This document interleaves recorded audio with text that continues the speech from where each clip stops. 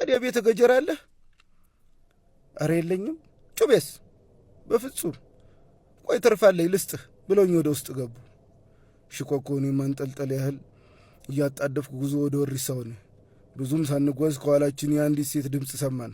ስለ ጨለማ አላየናትም። ስትቀርብ የአንበርብር ልጅ መሆኗን ለየሁ። አባዬ ለማንኛውም ይሄን ያዙ ብሏቸዋል አለች እያለከለከች። ገጀራ ነበር። ገና እጄ ሳስገባው ፍርሃቴ ጨርሶ ጠፋ። ለካ የጎደለኝ ልብ አልነበረም፣ ገጀራና ጠጅ እንጂ። የጠጅ ፈረሴን ጭኜ ገሰገስኩ። ሽኮኮ ስካሩ ጠፍቶ በጥርጣሬ ይከተለኛል። ወሪሳ እምብዛም አልተሟሟቀችም። ገጀራውን ይዤ ያየ ወሪሳ ከፊቴ ገለል ይልና የማደርገውን ለማየት በርቀት ይከተለኛል። የልብ ልብ ተሰምቶኝ የትናንትና ትንቢት ጭንቅላቴ ውስጥ ይመላለስ ጀመር። መዓቴ በብዙዎች ሁሉ ላይ ነው፣ አንድስ እንኳ ወደ ሌብነት የሚሄድ የለም። ገጀራ በውጭ ስድብና ማንጓጠጥ በውስጥ አለ። በሜዳ ያለው በገጀራ ይሞታል፣ ከእኔ የሚሸሽ ይሆናል። ደጅ ላይ ደረስኩ። ልገባ ካልኩ በኋላ አንዳች ነገር ገፋፍቶኝ ወደ ኩይሳው ቤት ጠጋ አልኩ።